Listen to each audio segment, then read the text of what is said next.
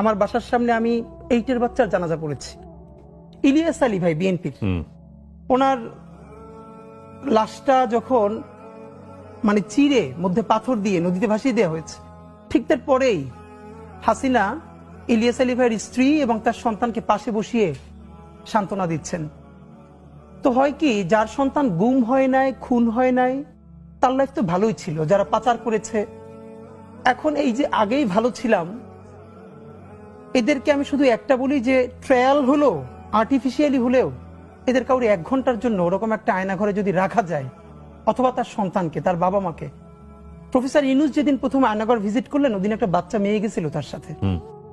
সেই বাচ্চা মেয়েটা পর ইন্টারভিউতে বলতেছে, ওর মাকে যখন আয়নাঘরে নিয়ে আসছে তখন ও খুব ছোট, ওরেও নিয়ে আসছে সাথে, ওর মা অনেক ভারী। তো ওর মাকে মারতে মারতে এমন অবস্থা হয়েছে, তো ও বলছে যে আমার মার একটু পানি দেন। এরপরে এমন লাথি মারছে, ওর মা ওর সামনে বাথরুম করে ফেলছে, নড়তে পারতেছে না। একটা মেয়ে বলতেছে যে তাকে আয়নাঘরে নেওয়ার পর তার পিরিয়ড হয়ে গেছে মায়ের চোটে, তারপরে বলছে আমাকে প্যাড দেন, হো হো করে হাসতেছে।